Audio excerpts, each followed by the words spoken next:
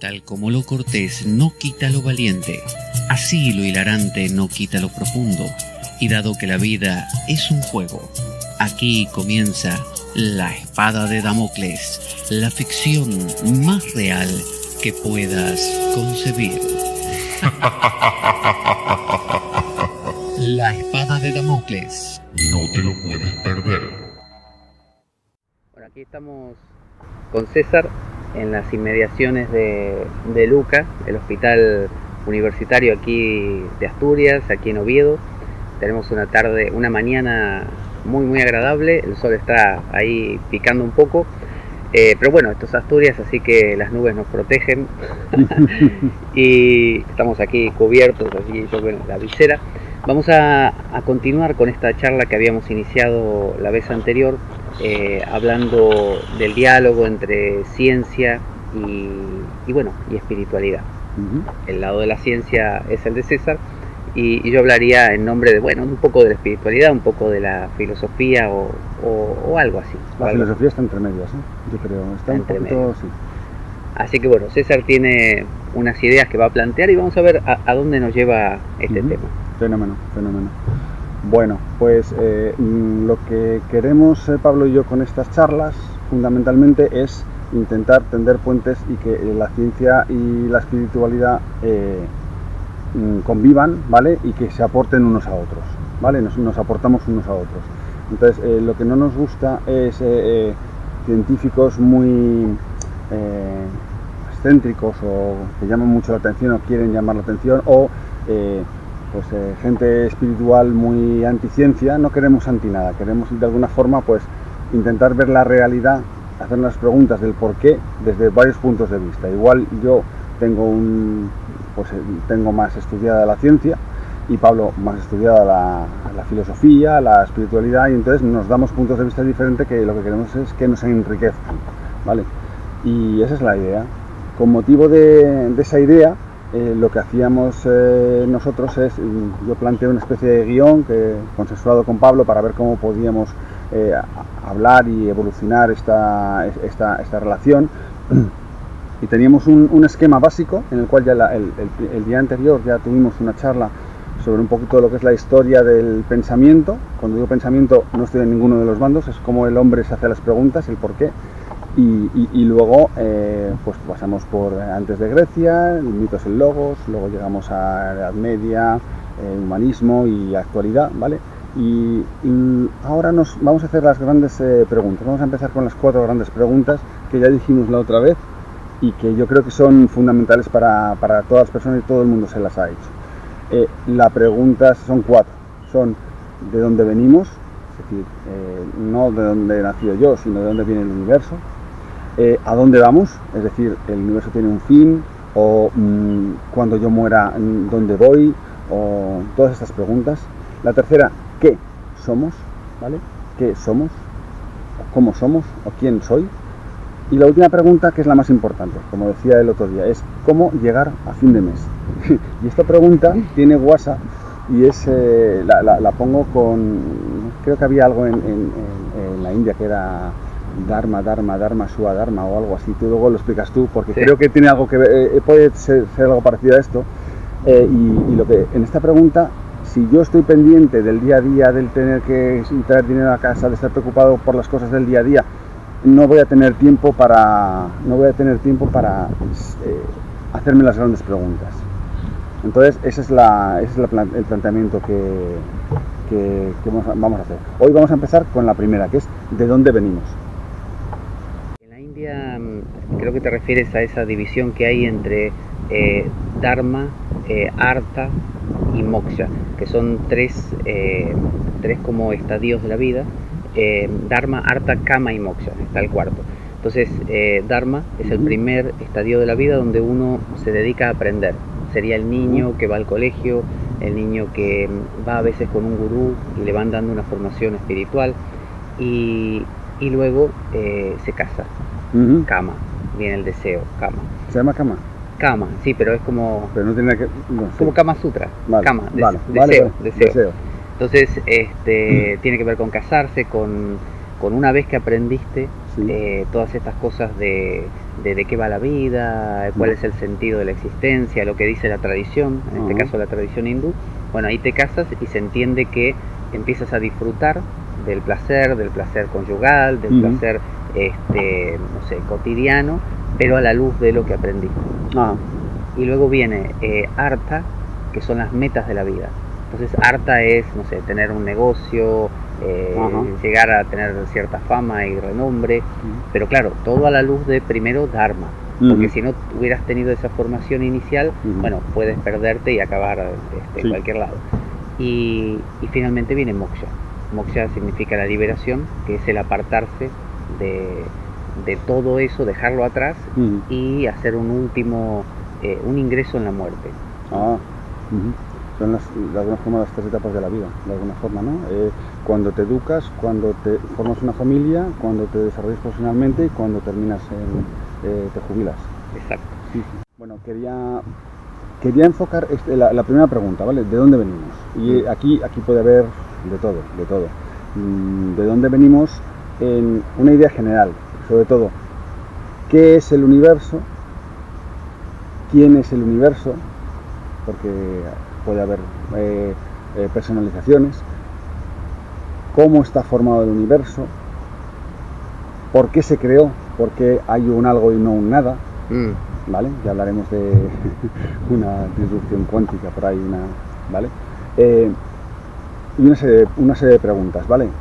Para plantearnos dónde estamos. Y eso realmente será más bien sobre, lo veremos de dónde venimos, dónde vamos, qué somos o qué es. Pero sí queremos ver un poco lo que es la parte del universo, ¿vale? Y luego, dentro de las cosas que existen, dentro de lo que existe, hay tres cosas, es que cosas es muy mal, la palabra está muy mal tomado. ¿Qué elementos existen y cómo fue su inicio? Por ejemplo, por qué se creó el universo? Gran pregunta. Segundo, ya tenemos un universo, tenemos piedras por ahí dando vueltas y planetas dando vueltas alrededor de los soles. ¿Cómo de esas piedras nace la vida?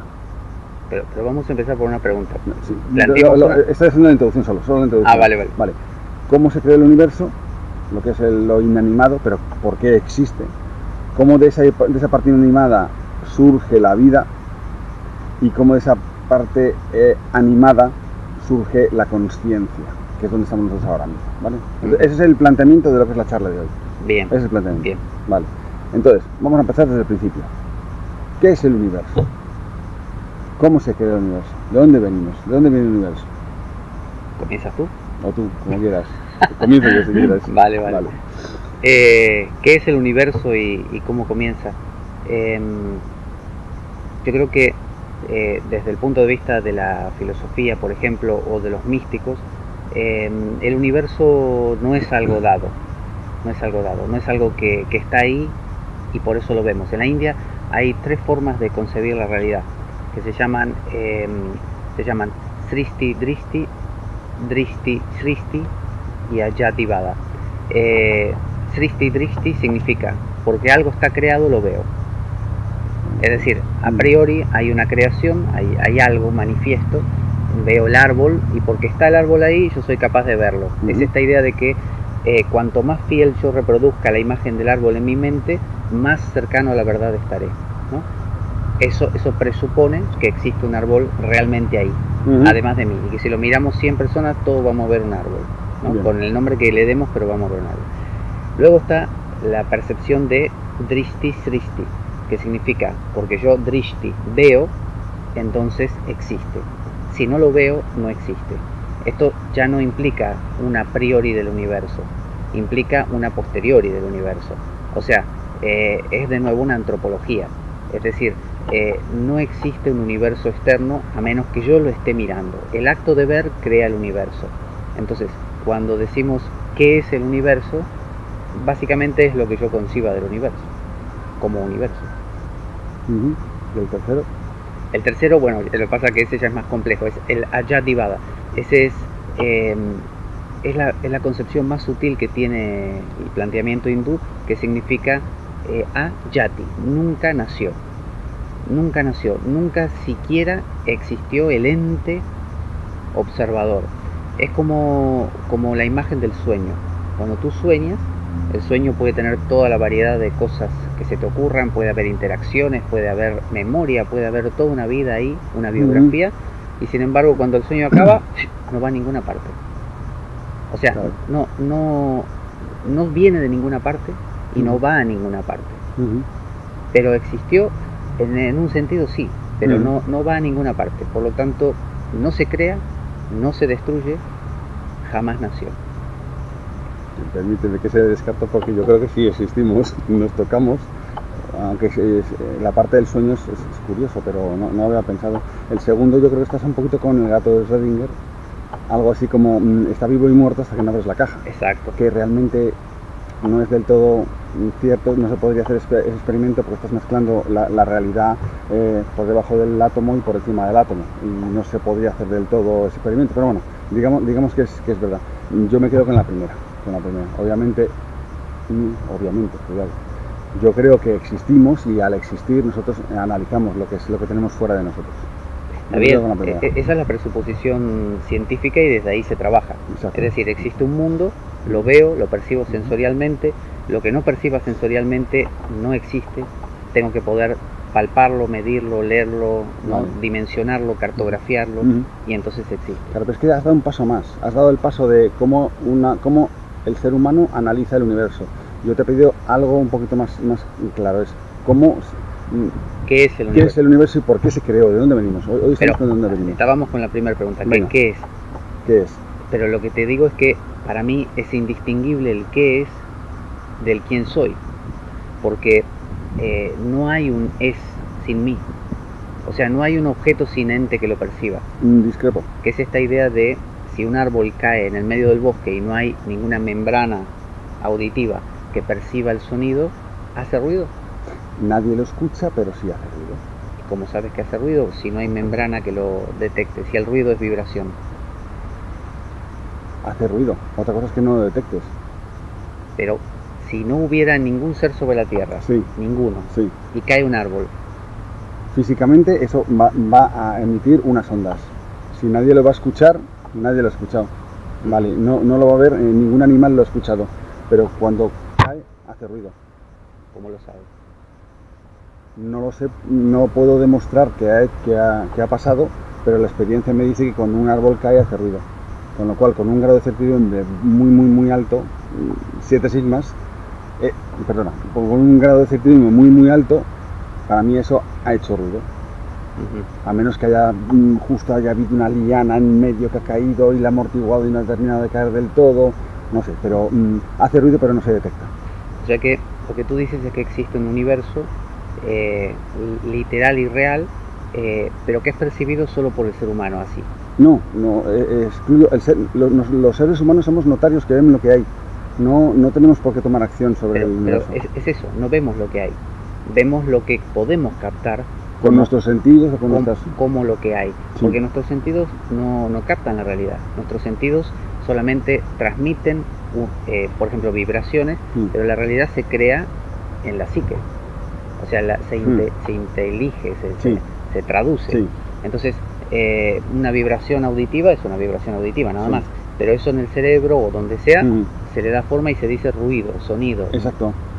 Tú oyes un prum y el árbol cayendo no es prum, es que ha caído un árbol y ha chocado la madera con el suelo. Y eso es la realidad. Y nosotros interpretamos cuando oímos prum que eso ha pasado. No la realidad, nuestra realidad. Nuestra realidad. Porque la mosca no percibiría eso. No, correcto. Entonces, con la interpretación que nosotros decimos, con esta interpretación que está sesgada porque está hecho con nuestros sentidos, estamos viendo la caída de ese árbol contra el suelo.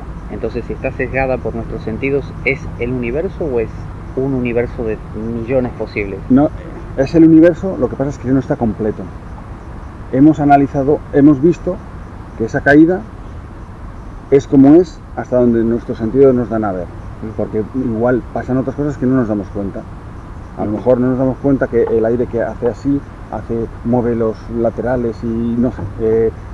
Puede haber muchas más cosas que nos estamos perdiendo. De hecho, muchas veces cuando nosotros, por ejemplo, ahora mismo, hasta hace 4 años, lo único que veíamos eran las ondas electromagnéticas que venían del cielo, por telescopios ópticos, telescopios de infrarrojos, de lo que sea, y veíamos esas imágenes. Desde hace un par de años, con el experimento de las ondas gravitacionales, estamos viendo de otra forma. No solo vemos con luz, ¿vale?, de diferente rango, sino que estamos viendo ondas gravitacionales, y eso lo que nos hace es ver las cosas de otra forma. Es como si tú eres eres sordo y ves el árbol caer, entonces ves esto, pero no oyes nada. De repente ahora mismo tenemos otra cosa más. No solo vemos esto, sino que lo oímos.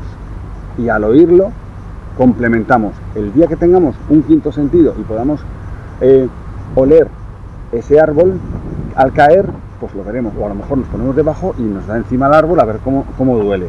Pues todo eso va mejorando nuestra percepción y vamos ampliando poquito a poco nuestro conocimiento del universo.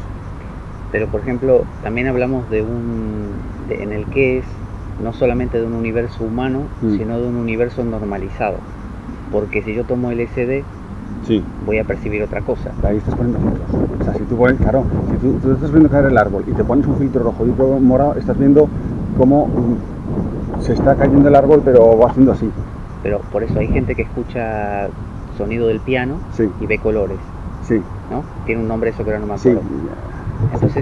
Entonces lo que queremos decir es que nos estamos refiriendo, para aclararlo bien, al universo percibido por la mayoría.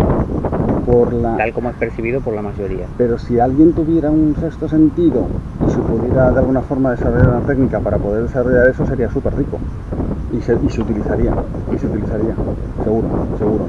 Si nos da unos resultados que nos hace avanzar un paso más en el conocimiento, seguro, sin duda que se utilizaría para conocernos mejor, porque la ciencia lo que quiere es conocer mejor, conocer más, responder el porqué con muchos más decimales. Bueno, hay capacidades adicionales. Por ejemplo, la gente que desarrolla, no sé, una intuición, un contacto con su intuición. Acuérdate que, mira, la percepción de la realidad, el qué es, no depende solamente de los sentidos, depende también de las emociones. O sea, no solamente de una traducción racional. Por ejemplo, ese árbol es un pino, pertenece a la familia de los no sé qué. Lo percibí sensorialmente y luego lo traduje de acuerdo a mi memoria. Sino que también es un detonador emocional. Yo cuando era pequeño, no sé, me golpeé, me caí de un árbol y eso genera... Las emociones forman parte de los recursos que tiene el ser humano y los animales también, para poder evitar los peligros. Pero eso lo que te hace es abrirte las emociones o abrirte la mente a ciertas parcelas de tu cerebro que a lo mejor lo tenías un poquito olvidada y te hace ver el cuadro más amplio. Por eso, entonces sí, lo intuitivo o lo emocional podría ser también, hay gente que tiene ese sexto sentido muy abierto y oye ese árbol caer y le detona, no sé, miles de asociaciones, claro, y eso enriquece. Claro. Entonces, ¿de qué universo hablamos? Del universo Solo hay uno. El universo son perspectivas diferentes las que te hacen ver ese universo de una forma o de otra. Pero la respuesta entonces de qué es el universo es la suma de todas las percepciones posibles. La suma de todas las percepciones posibles, sí. Tuya, mía, del que siempre tomó cuando no te hagas trampas en el sonido y te mientas, dice, existen los dragones. No existen los dragones. Bajo el punto de vista de alguien que sinceramente... Pero, espera, no existen los dragones. ¿Por qué no existen los dragones? El dragón de Komodo sí. Bueno. No, pero ¿por qué sí, no? ahora vamos a sacar lo del cisne negro, ¿no? Que se decía que el cisne negro... ¿No sabes la historia? No. El cisne, decían, no existen los unicornios, no existen los cisnes negros. Entonces era como el típico unicornio, no existen los unicornios, porque no hemos encontrado un unicornio. Pero es una verdad que tenemos ahora mismo. El día en que encuentres un unicornio, existirán los unicornios. Pero el existir, cuando tú dices algo no existe, ¿qué quiere decir que algo no existe? Existe, existir bajo el punto de vista de que se pueda tocar. Obviamente, como hablamos el otro día de España. Pero si tú tienes un sentimiento, amor, sí, ¿lo puedes tocar? Vamos a lo que se podría tocar. Yo digo que el cisne negro no existe, ¿vale? Yo digo que el cisne negro no existe, ¿vale? No existe, porque nunca he visto uno. Entonces, durante muchos años, el cisne negro era el concepto de esto no puede existir. Es imposible que exista porque todos los cisnes son blancos. Hasta que se encontró un cisne negro en una Nueva Zelanda. Claro, pero ahí estamos hablando de cosas tangibles a nivel sensorial, ¿no? Eso es. Que lo puedo tocar con la piel. Sí. Pero ¿qué pasa? Yo pregunto, ¿existe algo como el miedo? Persona bloqueada por el miedo. ¿Es algo real, algo que existe o es algo irreal? Me quedo con la ciencia más física, química, más astronomía, porque la parte de psicología, que yo también la considero ciencia, está un poco más difusa. No te sabría decir. El miedo existe, sí, como una sensación, como algo que tú sientes, un sentimiento, pero esa sensación es una especie de conexiones que tienes en el cerebro que te hacen sentir algo, ¿vale? Pero el miedo puede ser diferente el tuyo que el mío. Y no te puedo decir exactamente hasta qué punto eso es real o no real, o está en función de que tú a lo mejor has tenido un mal día o que te pueda cambiar. Entonces eso es muy poco, está muy poco definido, se puede organizar muy poco. Sin embargo, la ciencia, las matemáticas, la física, queda mucho más claro todo. Pero entonces la respuesta a qué es el universo es aquello que se pueda medir de forma organizada, cuantificable. No, claro, pero se mida o se pueda medir en un futuro, porque lo que estás diciendo de los sentimientos no se pueden medir ahora mismo. Tal vez no se puedan medir nunca, pero sí existen. Pero por eso, ¿es real o no es real? ¿El sentimiento? El sentimiento. Sí, porque tú lo sientes, pero no significa que si yo siento unicornio exista, simplemente que yo tengo el sentimiento de pensar en un ser, no que ese ser exista. Por eso, entonces la imaginación no existe. Sí. Es algo La irreal. imaginación no existe como el fin de la imaginación puede no existir. Yo puedo pensar en un unicornio y no existe, ¿vale? Pero sí existe la sensación de imaginar. Por ejemplo, yo imagino que mi esposa me pone los cuernos y me da una úlcera. Sí. Es algo que causó una consecuencia muy real, es algo que me pone mal, que me afecta en todos mis comportamientos, no me deja trabajar, no me deja dormir, me da insomnio. Pero eso es un sentimiento. Por eso, entonces cuando decimos qué es el universo, eso queda fuera, los sentimientos. No queda fuera. Pero es una parte diferente, está lo que puedes tocar y lo que no puedes tocar. Pero si yo digo, mira, me pone los cuernos, para mí me pone los cuernos. Eso o sea, es lo mismo que decir, existe un unicornio. Existe un unicornio, yo lo veo. Ya, pero tal vez si te está poniendo los cuernos y sea real, o no, pero es un pensamiento. Es un pensamiento, eso no se puede medir. Tú tienes tus pensamientos y eso está dentro de lo que es la psicología, no está dentro de lo que es la física, no se puede medir, pero sí existe porque existe dentro de ti. Y el unicornio no existe dentro de mí. El unicornio, también yo puedo pensar que existe y el pensamiento existe, la idea de unicornio existe, pero el animal per se no existe. Y ojo, porque a lo mejor algún día se encuentra un unicornio y tienes que cambiar de opinión. Pero lo que digo, si yo tengo la sensación de que un ser que murió en la casa donde vivo me asedia y por las noches me acucia ahí, no me deja dormir, mi vida está condicionada por eso. ¿Eso no es real? Es real tu sentimiento, pero no es real que no hay causa-efecto de que lo que haya pasado antes de ti, porque esa persona te puede afectar. Otra cosa es que tú te autoconvenzas de que porque esa persona murió en la cama en la habitación donde tú estabas, te va a afectar algo a ti. O sea que la causa y el efecto, ¿cómo tiene que ser para que exista? Pues que realmente se pueda demostrar que la causa de que esa persona murió directamente te afecta a ti. Y no que tú, porque sepas que esa persona murió en esa habitación, te vaya a afectar algo a ti.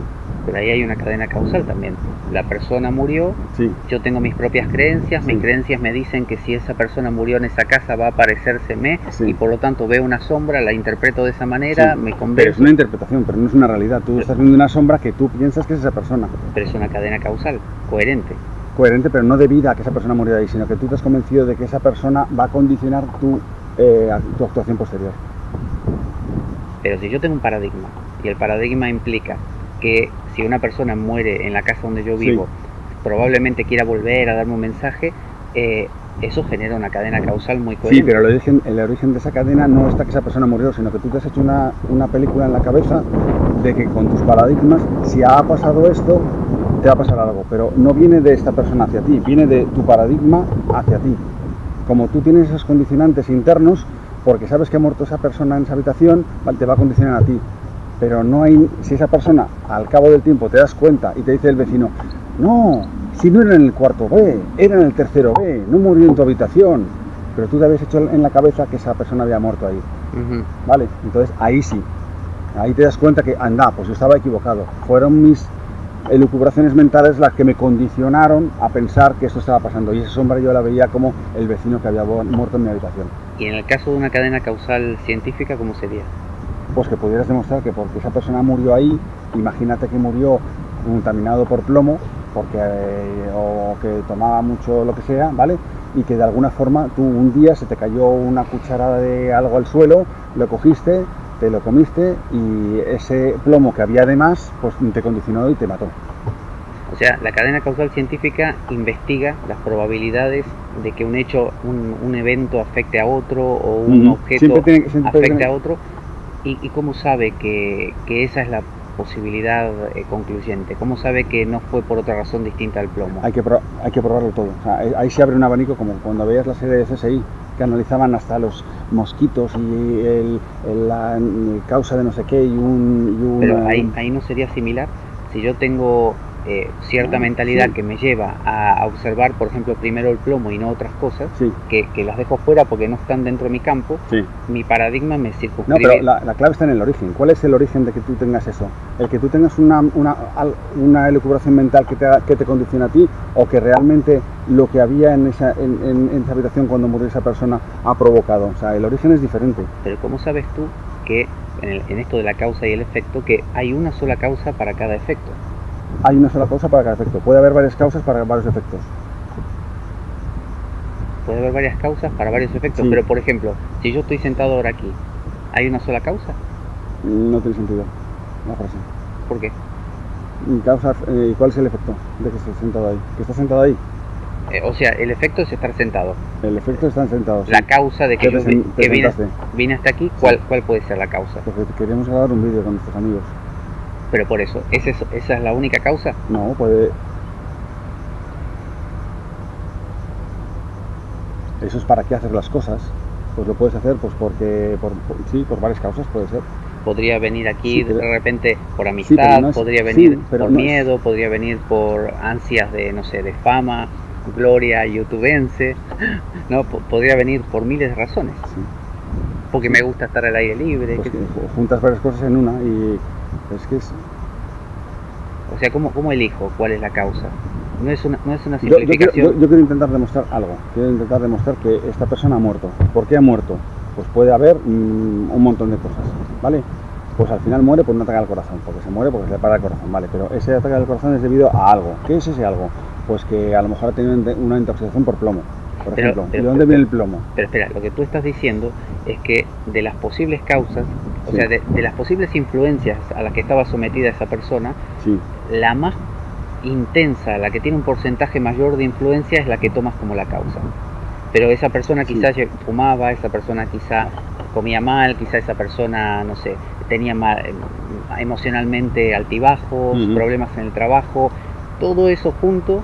Otra persona que hubiera comido la misma cucharada de plomo quizá no moría, pero esta sí porque tenía otras circunstancias. Puede ser porque una persona fuera más fuerte o menos fuerte, pero no porque trabajara más o menos. Dependería de la cantidad de la dosis o lo corpulento que fuera. Hay gente que le pegan un tiro, por ejemplo, y es tanta la fuerza, no sé, por su familia, que se recupera. Y otro que dice no tengo nada por lo que vivir y muere. Sí, pero eso es el condicionante de que tienes de tus ganas de vivir, está claro. Pero la base de la pregunta es: yo me he muerto porque había alguien que había muerto en la habitación antes y por lo que sea ha habido algo físico que me ha condicionado a que yo me muera. O me muero porque he visto un fantasma pensando que, y yo estaba autosugestionado a que como me habían dicho que había muerto una persona, vale, entonces la causa de que haya muerto la primera persona es que había alguien ahí que murió, por lo que sea, ¿vale? Por un veneno, por lo que sea. Y la segunda, el origen de esa muerte no es que haya pensado o le hayan dicho te voy a echar el mal de ojo, ahí murió no sé quién, sino que él se había sugestionado y estaba tan delicado de corazón que se murió. La causa principal, la causa origen que hace que esa persona muera es realmente que esa persona había muerto ahí y había un veneno por lo que fuera, o otra que alguien le había condicionado y entonces él estaba sugestionado y había muerto. Entonces eso es lo que intenta analizar, y muchas veces lo que se busca es no darse cuenta que muchas veces la vía de conocimiento y las causas de lo que pasan, los efectos de lo que pasan, muchas veces hay que descartar muchas causas para llegar a realmente por qué pasaron las cosas. Vale. Me cuesta pensar que exista un solo porqué, porque fíjate un hecho, mira. Se pueden acumular muchas causas y hacer un mismo efecto. Por ejemplo, lo que tú has dicho, es que hay una persona que había tenido un accidente y no tenía ganas de vivir. Entonces, ¿qué causas tenía también? Pues que había muerto su padre, su madre, y entonces estaba bajito de fuerzas. Las compañías de seguros, sí, que antes de hacerte una póliza van revisando no una cosa, sí, sino van mirando qué tipo de vida matrimonial tienes, si tienes hijos o no tienes, si te gusta viajar, si haces deporte, miles de cosas. Todo eso te lo hacen para decir, mira, a esto me agarro y entonces le voy a atacar por aquí, le voy a decir que no estabas cubierto porque tenías esto. Ya exacto. Sí. Entonces, ocurrió con el tema de la histeria, viste, Freud y la histeria, que había mujeres que presentaban un cuadro clínico que era que estaban muy nerviosas y muy inquietas y tenían arranques emocionales, pero les analizaban físicamente, medían a ver qué había, no había, dentro de lo que había de la medicina de su época, de los medios, no encontraba ni un desbalance químico, ni esto ni lo otro. Entonces, ¿qué hacemos?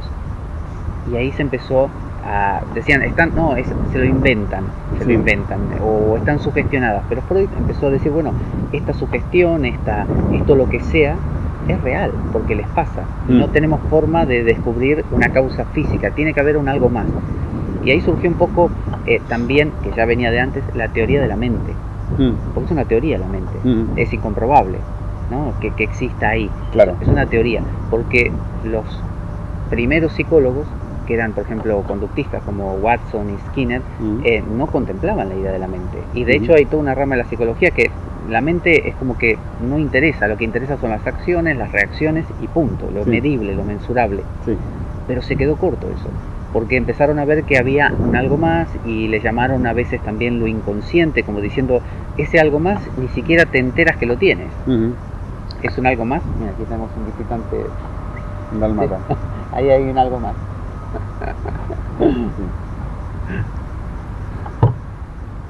Vamos a intentar cerrar un poquito el tema y vamos a ir al punto que teníamos. Vale. Los conductistas lo vemos después en la parte de conciencia, ¿vale? Te voy a plantear un poquito cómo la ciencia piensa que se crea el universo, ¿vale? A ver cómo lo ves. En la historia siempre se ha buscado de dónde venimos, en el sentido de, venimos de que Dios creó el universo, sí, pero queremos tener un poquito más de detalle, no lo descartamos, pero quiero saber más, y entonces dijeron, bueno, pues el universo es infinito, existe desde siempre, existe y se existirá por siempre, jamás. Vale, hasta que Georges Lemaître, un científico del siglo pasado, ¿vale?, que era sacerdote, logró de alguna forma decir que si el universo, como había dicho Herschel, se estaba expandiendo, si miras para atrás se está comprimiendo. Entonces dijo, mira, es que resulta que hubo un momento en el cual el universo era un punto y a partir de ese punto, si damos otra vez para adelante, empieza a evolucionar, ¿vale? Entonces los que estaban alrededor dijeron, a ver, esto está chalado, ¿qué es? Un gran punto, Big Bang. Entonces, de una broma salió el concepto de Big Bang, del inicio del universo. Entonces tú, por ejemplo, dices, como decías en algún audio anterior, ¿qué hay antes del universo? ¿Está un tomate? ¿Está Dios? ¿Qué hay antes del universo? Nada. Pero nada no es nada. Es que en el momento del Big Bang nacen dos cosas. Resumiendo mucho, porque es un poquito más complejo. Nacen dos cosas. El espacio-tiempo, que es una cosa, aunque nosotros lo vemos de dos formas diferentes, es una misma cosa, el espacio-tiempo y la energía. Y dentro de la energía hay dos tipos de energía. La energía más pura, digamos, y la energía condensada. La energía condensada es la materia. La materia es una condensación de energía, ¿vale? Entonces solo tienes dos cosas, espacio-tiempo y energía-materia. Son cuatro para nuestra forma de ser. Entonces empieza el universo, empieza a crecer y estamos como estamos ahora. Podríamos hablar de las nebulosas, de galaxias, de los cúmulos, de cómo está ahora mismo, de las redes, un montón de cosas, pero básicamente. Entonces, una fluctuación cuántica hizo que el universo se creara. ¿Qué hay antes de eso? Ya te digo que no se puede decir porque no existía el tiempo antes, pero si pudiéramos considerar que sí tiene que haber un antes de alguna forma, no se sabe y seguramente nunca jamás se podrá llegar a saber de dónde salió eso. ¿Vale? Tú te das cuenta que lo que estás describiendo es exactamente igual a un sueño.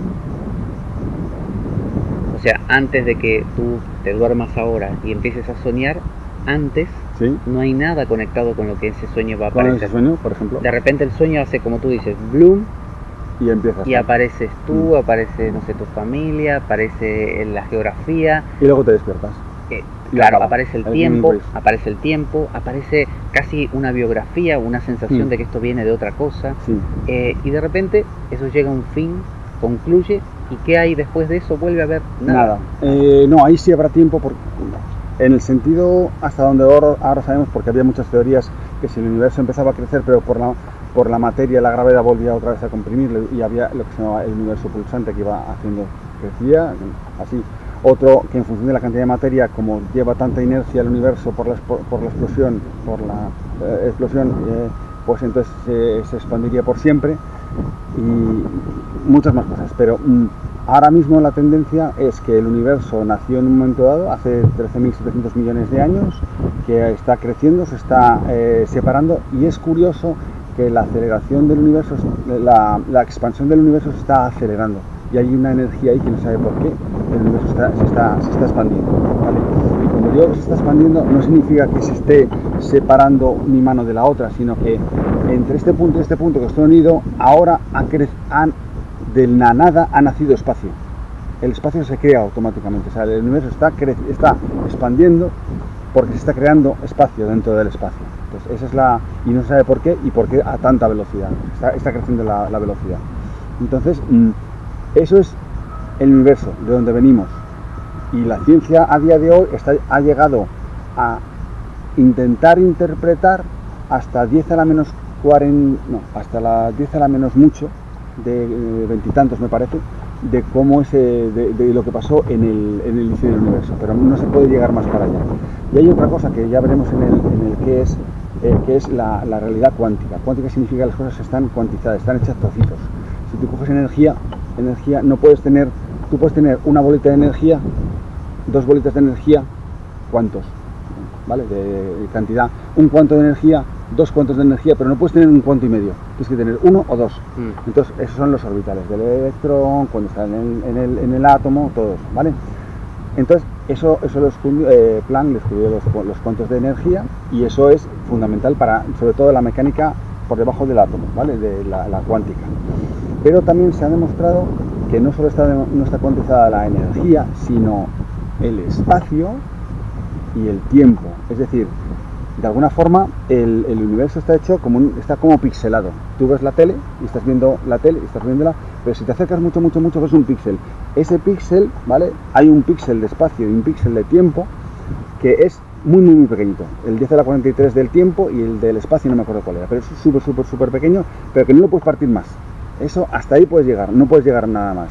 Entonces, te llama mucho la atención. Entonces, cuando llegas al inicio del universo, dices, ¿cómo era el universo en el segundo 0,00001 para saber que era justo el tamaño de un píxel de espacio y empezó el tiempo con un píxel de tiempo? Entonces, ¿cómo ese pixelado empezó a crecer? ¿Cómo empezó a crecer el espacio entre medias para que fuera creciendo? Entonces, ahí es donde estamos ahora mismo en saber, en la ciencia, de dónde venimos. Y de dónde venimos de un punto se llama una singularidad, que es algo en lo cual hay tal acumulación de condiciones que no sabemos cómo es. Por ejemplo, si tú coges una brújula y te pones a andar hacia el norte, al norte, llegarás a un momento en que la brújula se vuelva loca. Y dices, ¿qué pasa aquí? Estoy en una singularidad. ¿Por qué? Porque estás en el norte. Y la curva de magnetismo va hacia arriba. Pero tú, como estás como la Tierra es plana, eso va para los terraplanistas. Como la Tierra es plana, tú de repente dices, ¿qué pasa aquí? Se ha vuelto loca la brújula. Pero lo que pasa es que la capa, las ondas magnéticas se hacen así, y cuando tú vas por aquí andando y de repente llegas aquí, el norte se está haciendo el bucle del magnetismo. Pero esto que explicas, que es lo que explica la física en su vertiente de física cuántica, por ejemplo, o en el otro polo sería la relatividad, ¿no es cierto? Sí, la mecánica tradicional o newtoniana con Einstein y la mecánica cuántica. Bueno, son explicaciones de la realidad muy avanzadas, muy Sí. complejas, muy elaboradas Y que no se llevan bien, que es lo bueno. entre sí. Sí, que se está buscando siempre la teoría que lo unifique todo. Y no hay manera. Y no hay manera. Pero de la misma manera, uno toma a un hindú de repente y tiene su explicación de que Shiva Eso y es, que las eso es. tortugas que sostienen el universo. Es decir, y son explicaciones en algunos casos funcionales, más funcionales, menos funcionales, ¿no? Pero la explicación que uno hace de la realidad tiene como fin poder operar sobre la realidad, ¿no? Al entender la realidad uno puede operar sobre ella. Sí. Pero, ¿qué es lo que estamos haciendo en este caso? ¿Estamos queriendo entender una de las explicaciones, que es la cuántica, por ejemplo? Lo que queremos es abstraer de las condiciones que... Porque Lo ¿cuál que es tu intención, digo, con esto? Mi intención es explicar la verdad sin que sea condicionante para lo que sea de nuestra vida. Es decir, la verdad tal como es. Porque cuando hace 1800, en el año menos 1800 empezaron la tradición de la Biblia y estaba Moisés y empezaron las tablas de la luz. ¿Qué es la verdad? ¿A qué te refieres con la verdad? Vale, déjame dar una vuelta, un paso atrás. Cuando los hinduistas, los budistas y toda la mayoría de las religiones intentan explicar el inicio del universo, ¿vale? No tienen conocimiento, las personas no tienen conocimiento para poder describir lo que había, ¿vale? ¿Qué es lo que pasa? Que para intentar darle poso de que eso es verdad, dicen, esto es una verdad revelada. Dios me ha revelado que esto es así.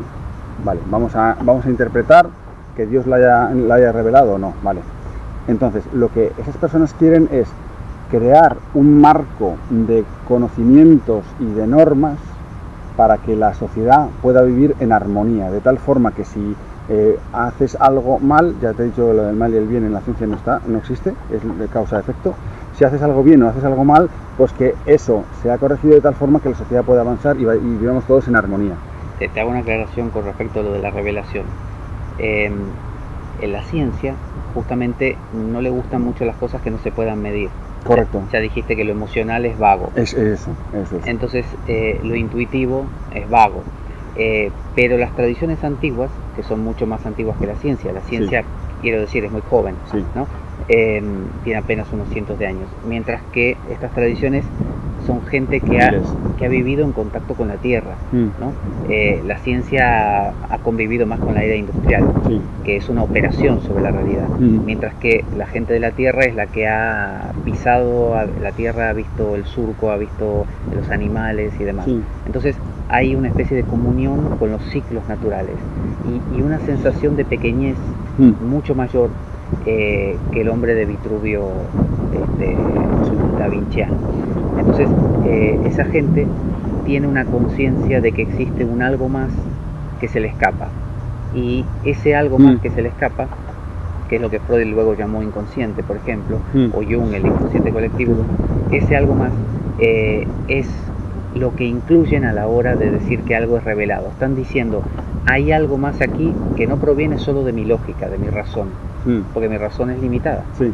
No, pero luego ellos dicen, es que Dios me ha revelado, o Alá me ha revelado, o Vishnu me ha revelado, Krishna me ha revelado que no sé qué, que el mundo se hizo en 7 días. A lo mejor es una especie como de forma de hablar y no es exactamente eso.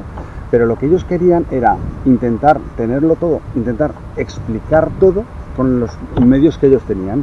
Con los medios que ellos tenían solo tenían la experiencia, que a lo mejor era muy valiosa, pero no era suficiente. Pero es que su pretensión no era la misma de la ciencia. Ellos no querían... Sí, el responder por qué. Sí, pero no. Bueno, sí, el por qué, pero no pretender explicar en esencia, no sé, el árbol, cómo la savia circulaba por su interior con un fin. Entonces estaban en el para qué. De poder... ¿Cómo coger ese árbol para sacarle yo beneficio? No, eso es lo que hace la ciencia, explica. No, la ciencia escribe el por qué, el para qué es la técnica de la empresa. La ciencia no se basa en el cómo. Se basa en el cómo y en el por qué. En el para qué se basa... Ahí en el por qué. Bien. Eso es. Bien. Bueno, los antiguos lo que querían hacer era comprender la realidad, profundizar en ella, pero no al nivel científico de querer producir, no sé, en masa alguna cosa o querer mandar un cohete a la luna. Era simplemente para que su vida tuviera más sentido y más equilibrio. Y luego sí, operar sobre la realidad. Harían sus estudios muy precarios. Pero había gente que estaba en la cuarta pregunta, ellos se respondían preguntas para ver cómo poder hacer de tener más cosecha, cómo a lo mejor abonarlo o hacer algo, o estaban en el por qué el sol sale siempre por el este y se pone por el oeste. Entonces son dos cosas diferentes. Una cosa es que necesitas algo para vivir tú mejor, ¿para qué? Y otra es simplemente el puro por qué de las cosas. Bueno, eso es el que buscaba el puro porqué, sería equivalente a los místicos, Eso es. que eran aquellos que se abrían a esa realidad y la percibían. Y le llamaban en la India Apurusheya, que significa sin purusha, sin hombre, sin mediación humana. Es algo que es esto que estoy describiendo, me quedo corto porque es algo que me trasciende. Pero luego, cuando tenían que explicárselo al granjero, al agricultor, para ver por qué le llovía y por qué no, se inventarían que venía Shiva y que hacía pis desde el cielo. Exactamente, pero y con su mejor intención intentaban que algún arquetipo encajara en lo que ellos habían interpretado para que las siguientes generaciones pudieran tener pues cuando Sirio sale por aquí es que va a haber riadas en Egipto. Y entonces saben que cuando Sirio sube vienen los lodazales es una necesidad humana el poder traducir algo incomprensible en algo comprensible, matándolo en el medio. Por ejemplo, si yo siento amor, no sé, por alguien y no sé, una chica, y quiero escribirle una nota, un poema, yo sé que ese poema no representa mi amor. Sin embargo, a ella le va a encantar, porque va a querer una expresión, una demostración, una muestra que sabe ella que no es el amor que siento. El Tao que se puede definir no es el Tao auténtico. No es el verdadero Tao. Pero luego el libro continúa durante un montón de capítulos. Sí, es buenísimo. Justamente. Perfecto. Entonces, aquí pasa lo mismo. Ellos no pretendían acotar la realidad a Shiva, no sé, llorando y que por eso llueva. Pero había que explicarlo de alguna manera. Lo que pasa es que la humanidad ha evolucionado de tal forma que ahora ya sí tenemos las herramientas buenas para poder definir las cosas de forma mejor. Es decir, antiguamente tenías que poner arquetipos, que si Zeus, que si Afrodita, que si Apolo, que si Atenea, ¿vale? Cuando pasamos del mitos al logos, recordando el audio anterior, el vídeo anterior, ya empezamos como a intentar definir un poquito más las cosas, y ya con Galileo, que pasamos ya a lo que es el método científico, es no solo te digo que las cosas son así, sino que te lo pongo en un papel, te lo enseño, y si tú haces lo mismo, queda demostrado que es algo que pasa siempre, pero tienes que hacerlo no aquí, tienes que hacerlo a lo mejor en el Polo Norte, porque a lo mejor las condiciones allí cambian. Claro, pero la ciencia es como el martillo en la mano de una persona, es una herramienta, pero usar un martillo no quiere decir que no uses un destornillador o no uses un alicate. Antes teníamos telescopios y ahora tenemos las ondas gravitacionales, y cuando tengamos otra herramienta más veremos el árbol caer y le veremos y le oleremos. Y cuantas más métodos tengamos, más rico será el conocimiento del qué ha pasado ahí. Ese es el problema, que el conocimiento nos ciega a darnos cuenta que existe esa otra realidad que era la que a nivel primigenio estaba. No, el conocimiento se completa y poquito a poco vamos teniendo más conocimiento y estaremos con ganas de tener más formas de ver lo que ha pasado para enriquecernos más y saber qué es lo que es. Pero el conocer viene de la misma raíz que también la palabra, si no me equivoco, ciencia, que es dividir, separar, parcelar, ¿no? Sí. O sea, tú no puedes medir algo que no separas. No puedes medir algo que no separas. Tienes que dividir en trocitos para poder decir, bueno, son 5 trocitos. Pones la regla al lado y con la regla puedes cogerlo. O este objeto, ¿cómo sabes que este objeto se mueve? Vale. Porque hay otro quieto detrás o se mueve a otra velocidad detrás. Hay experimentos que te lo tirarían para atrás, pero bueno. Sí. Comparación. Sí, comparación, hay comparación. Para poder medir hay que comparar. Sí. Entonces, lo que digo es que esa sensación de objetos sueltos nos hace olvidar, ese es el peligro, nos hace olvidar que detrás de todos los objetos sueltos existe una unidad. Porque cuando hablamos de una causa para cada consecuencia, estamos creyendo que hay objetos en el universo, y no existen los objetos en el universo. Existe un entramado único, donde todo se influencia mutuamente de una manera constante. Vale, ahí te puedo hacer la réplica fácilmente. Estás hablando del deísmo de la Ilustración. Vale, bueno, da igual. ¿Deísmo de Spinoza? De Rousseau, de todos los ilustradores, de D'Alembert, los que escribieron la enciclopedia, ¿vale? Bueno, da igual. Existe el universo como un todo y existe sus partes.